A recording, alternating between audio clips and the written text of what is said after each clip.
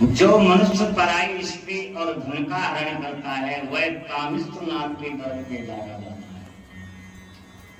इसका हरण दूसरे की स्त्री और धन का जो हरण करता है उसको कामिष्ठ नाम के नरक में डाला जाता है। उसे यमदूत कालभास में बांधकर बरात नरक में गिराते हैं, जहां गिराए गए जीव को भोर जल पानी कुछ भी नहीं मिलता, वह लाठियों से पीटा जाता है और अंधकार में इधर उधर भटकता रहता है। दूसरा नरक है अंधकामेश्वर। जो मनुष्य तू मेरी धर्म की बहन है शिष्या और इस प्रकार वचन करके उससे बरात करता है उसको अंधकामिष्ठ नाम के नरक में गिराया जाता है, जहां बड़ी बड़ी यातनाएं इसको भोगनी पड़ती हैं। जल से कटे वृक्ष के समान उसका शरीर सुखाया जाता है, वहां वह त्राई त्राई करता हुआ घोर अंधकार में भटकता हुआ अपने पाप का फल भोगता रहता है। तीसरा नरक है रौरव। जो मनुष्य अहंकार या ममता बस प्राणियों से द्रोह कर अपने कुटुंब का भरण पोषण में लगा रहता है।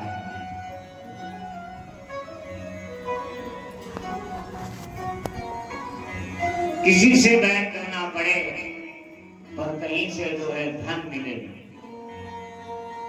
जो अपने कुटुंब के भरण पोषण में लगा रहता है उसे इस नरक में गिराया जाता है, जहां भूमि सुंद नाम के जीव उसके मांस को नोच नोच करके हजारों वर्ष तक खाते रहते हैं। चौथा नरक है महारौरव। इसी का भेद महारौरव की है। वहां किमुख वाले किस्मुख वाले नरक उसके टुकड़े कर करके खा जाते हैं और हजारों वर्ष तक वो इस नरक को भोगता रहता है। पांचवा नरक है कुंभी पाप। कौन सा है?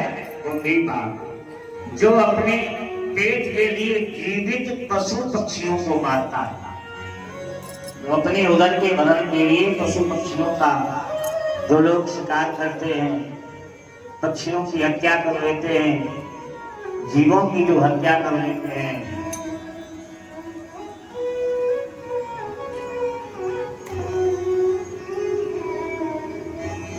उसे भी राक्षस भी दैव के उसको यमदूत खौलती हुई तेल की कढ़ाई में डालते हैं। एक कढ़ाई में तेल डाल के खौलाया जाता है तेल को, और फिर उस व्यक्ति को उसमें डाल दिया जाता है और हजारों वर्ष तक वो इस नरक की यातनाओं को भोगता रहता है। छठा नरक है कालसूत्र।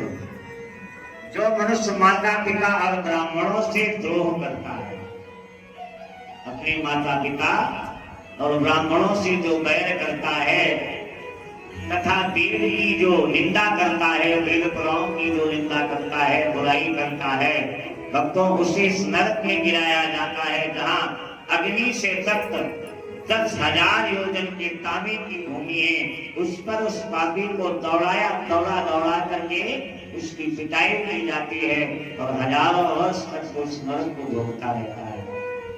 जरा ध्यान दें आप लोग।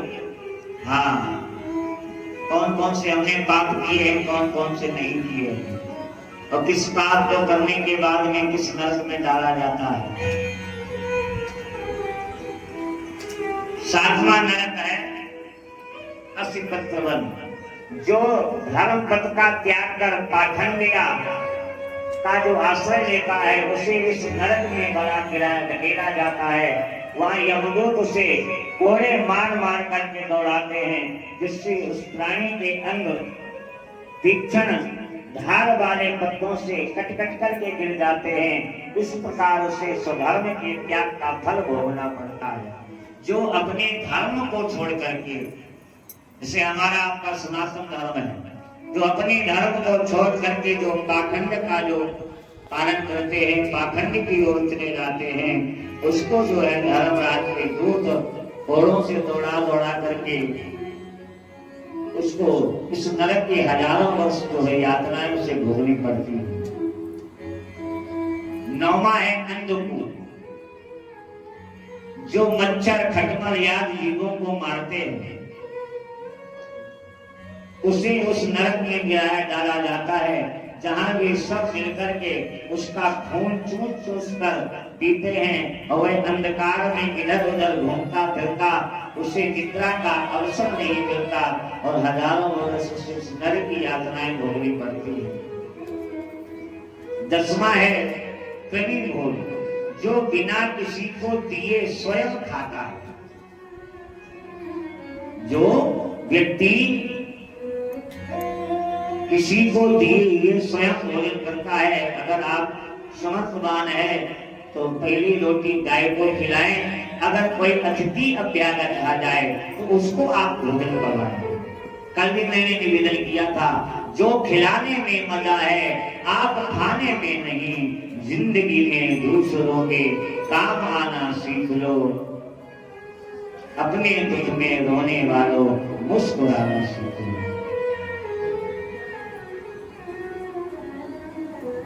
11वां है संघर्ष, जो लोग चोरी या बलात्कार से ब्राह्मण के धन का अपहरण करते हैं उन्हें इस नरक में डालकर यमदूत जलती हुई सब्जी से उसकी खाल नोचते हैं। अगर कोई ब्राह्मण का धन हरण करता है तो यमराज लाल जो है लोहे की शक्ति बना करके मार मार करके उसके शरीर को लाल कर देते हैं, उसे हजारों वर्ष से यातनाओं को भोगना पड़ता है। 12वां है तप्त मूर्ति, जो पुरुष अगम्य स्त्री से संभोग करते हैं अथवा जो स्त्री अगम्य पुरुष से संभोग करती है, यमदूत उन दोनों में से पुरुष को तप्त लोहे की बनी स्त्री प्रतिमा से और स्त्री को लोहे तप्त बने पुरुष से आलिंगन कराते हैं।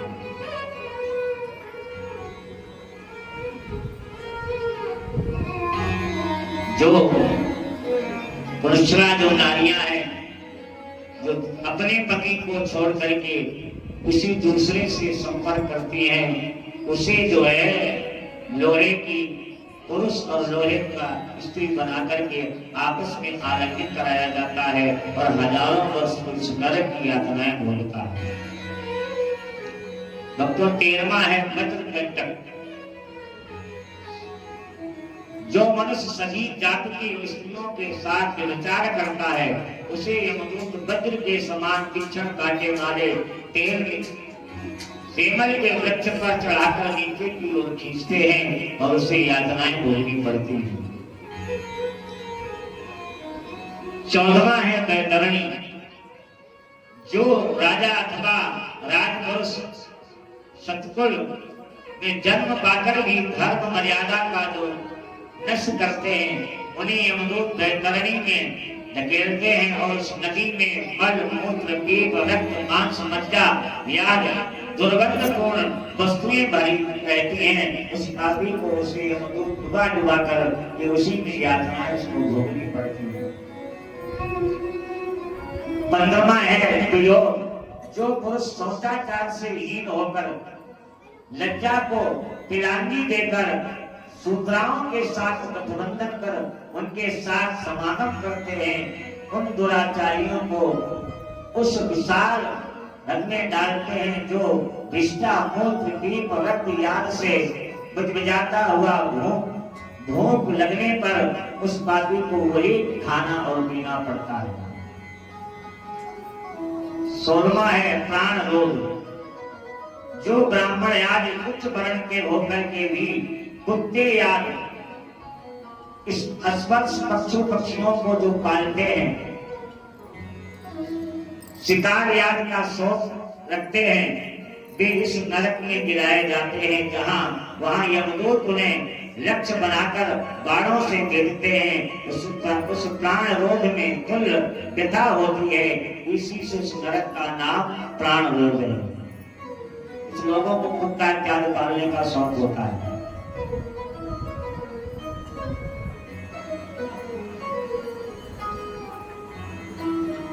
मुलुक बड़े महाराज जी कहते हैं, बोले जिस घर में कुत्ता रहता है, जो लोग कुत्ता पालते हैं, उस घर का पानी भी नहीं पीना चाहिए। वैष्णव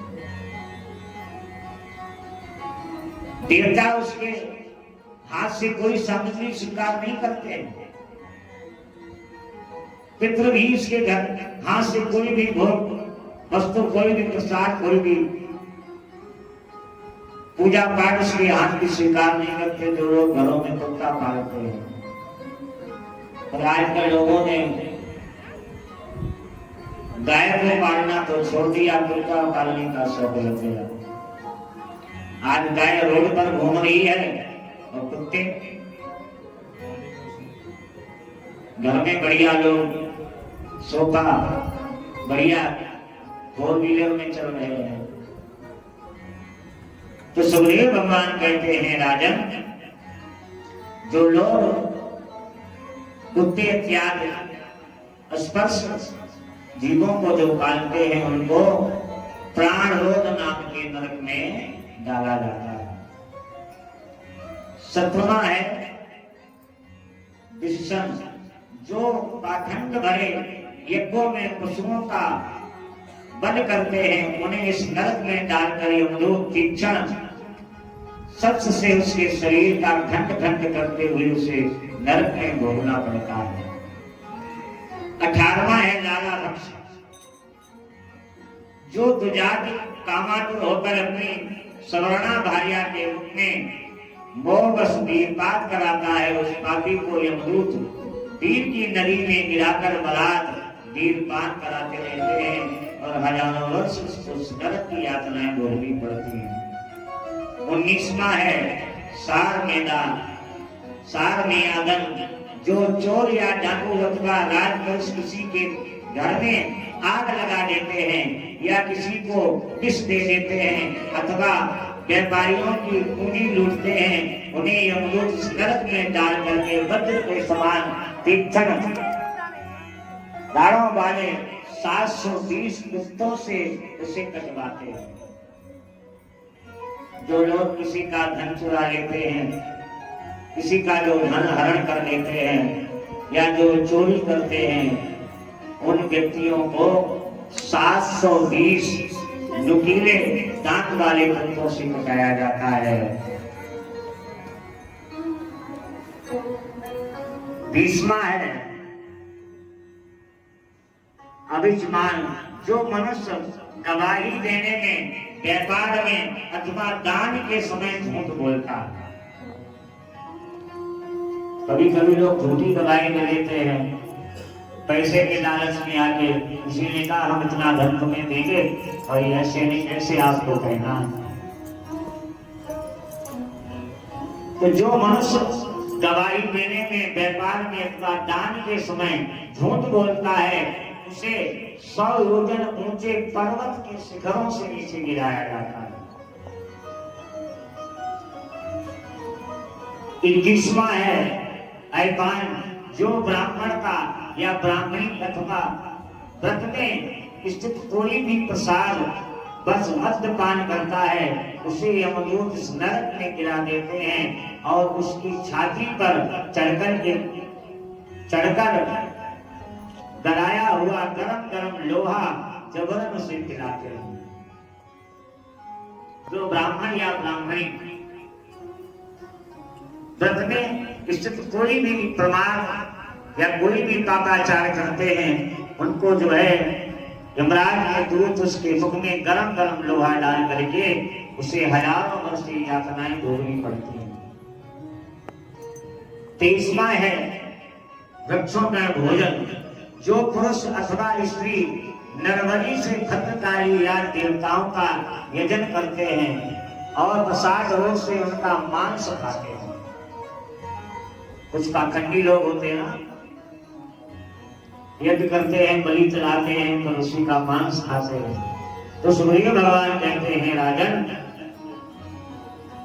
ऐसे पापियों को राक्षस बनकर कसाई के समान तीक्ष्ण छोरों से उसका मांस काट काट कर खाते हैं और रक्त पी करके आनंद से नाचते गाते रहते हैं।